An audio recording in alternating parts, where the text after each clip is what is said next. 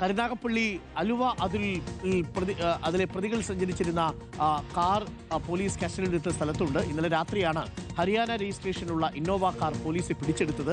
കരുനാഗപ്പള്ളി ചെട്ടിയത്ത് മുക്കിലെ ഒരു വീട്ടിലാണ് വാഹനം ഉപേക്ഷിച്ചു പോയത്. കാറിന്റെ ദൃശ്യങ്ങൾ റിപ്പോർട്ടറിന് ലഭിച്ചു. ഇപ്പോൾ സ്ഥലത്ത് AV ജയശങ്കർ എത്തിച്ചേർന്നിട്ടുണ്ട്. ജയശങ്കർ, ഇന്നലെ എങ്ങനെയാണ് ഈ കാർ ഇവിടെ കൊണ്ട് ഇട്ടിട്ട് പോയത്? ഈ വീട്ടുമുറ്റത്ത് കൊണ്ട് കാർ ഇട്ടിട്ടാണ് അവർ മറ്റ് സ്ഥലങ്ങളിലേക്ക് പോയതെന്നാണ് മനസ്സിലാക്കുന്നത്. ഈ വീട്ടുകാർക്ക് അറിയാമായിരുന്നോ ഈ കാറിനെ കുറിച്ചും, ഈ കാറാണ് ഈ കൊലപാതകത്തിൽ ഉപയോഗിച്ചതെന്നും? ഡോക്ടർ അരുൺ, ഇടക്കുളങ്ങര ചെട്ടിയത്ത് മുക്കിലെ ഒരു വീട്ടിലാണ് ഇത്തരത്തിൽ പ്രതികൾ ഈ കാറ് ഒളിപ്പിച്ചത്. രാത്രി 9:00 കൂടിയാണ് പോലീസ് സംഘം ഇവിടെ എത്തി ആ കാറ് കസ്റ്റഡിയിൽ എടുക്കുന്ന സാഹചര്യം ഉണ്ടായത്. എന്തായാലും ഒരു പോലീസ് പാർട്ടി ഇവിടെയുണ്ട്. ഈ വീട്ടിൽ ആൾതാമസമുണ്ടോ എന്ന കാര്യത്തിൽ നിലവിൽ വ്യക്തതയില്ല. അങ്ങോട്ടേക്ക് തൽക്കാലം പ്രവേശനമില്ല.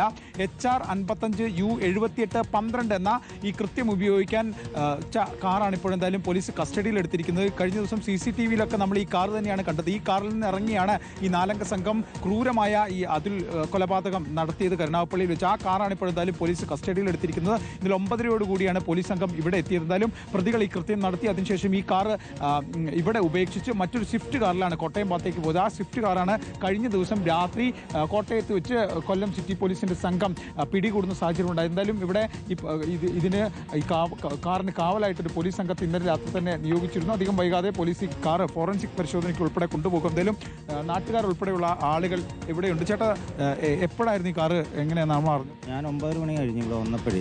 വന്നു കഴിഞ്ഞ് പിന്നെ ഇവിടെ വന്ന് പോലീസ് ബെല്ലടിക്കുന്ന സമയത്താണ് നമ്മളിത് അറിയുന്നത്. നമ്മൾ ഈ കാർ ഇട്ടൊന്നും അറിഞ്ഞില്ല? ഒന്നും അറിഞ്ഞില്ല. ഞാൻ വീട് ആരുടെയാണ്? വീട് നമ്മുടെ മണിയമ്പിള്ളയുടെ വീടായത്. ആളിവിടെ ഇല്ല? ആളില്ല.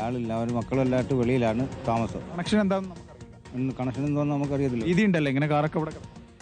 കാറ് 2-3 കാറുകളൊക്കെ കിടക്കാറുണ്ട്. നമ്മളത് അറിയത്തില്ലല്ലോ വരുന്നത്. എന്തായാലും നാട്ടുകാർക്ക് ഇതിനെക്കുറിച്ച് ധാരണയില്ല. പോലീസൊക്കെ ഇവിടെ എത്തിയൊരു ഘട്ടത്തിലാണ് ഇങ്ങനെ ഈ കൊലപാതകത്തിന് ഉപയോഗിച്ച കാർ ഇവിടെ ഉണ്ടെന്ന കാര്യം ഇവരെ അറിഞ്ഞത്. അതിൻ്റെ ഒരു ഞെട്ടലൊക്കെ നാട്ടുകാർക്കുണ്ട്. എന്തായാലും അധികം വൈകാതെ ഈ കാർ പോലീസ് പരിശോധനയ്ക്ക് വിധേയമാക്കും. എന്തായാലും ഈ പ്രതികൾ കൃത്യമായി ആസൂത്രണം ചെയ്ത് എവിടെ കാർ ഉപേക്ഷിക്കണം, എവിടെ നിന്ന് മറ്റൊരു കാർ എടുത്ത് പുറത്തേക്ക് പോകണം, എല്ലാ ആസൂത്രണം നടത്തിയാണ് ഈ കൃത്യം നടത്തിയെന്ന് കൂടുതൽ വ്യക്തമാവുകയാണ്. ഡോക്ടർ ശരി, ജയശങ്കറാണ് ഇപ്പോൾ സ്ഥലത്ത് നിന്നും വിവരങ്ങൾ നൽകിയത്.